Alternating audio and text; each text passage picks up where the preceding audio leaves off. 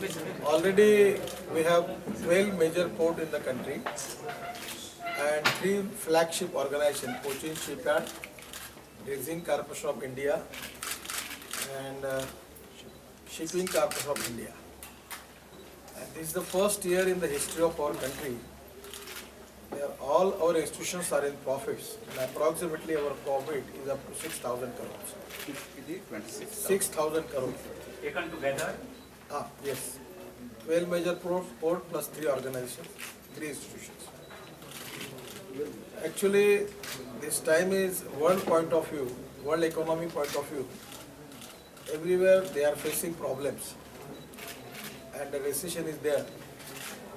Even in private port in India also they are facing problems. In a situation, it is a remarkable and historical contribution from our department, from our port and our institution, that our profit is 6,000 crores.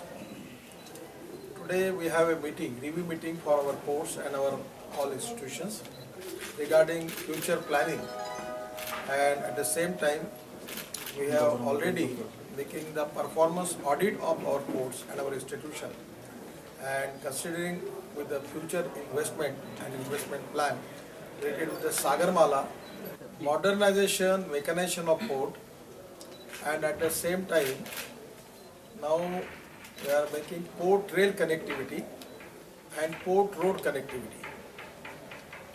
Our priority is from the government side, first priority is to waterway, second priority to railway, and third priority to roads. We have taken 2 important decisions with discussion with Honorable Chief Minister. He has already pursued the waterways problem with me from last many days, and today in this visit we have taken a decision with the cooperation of Goa government. We will start the work of 2 waterways. One is Juari and other is Mandvi.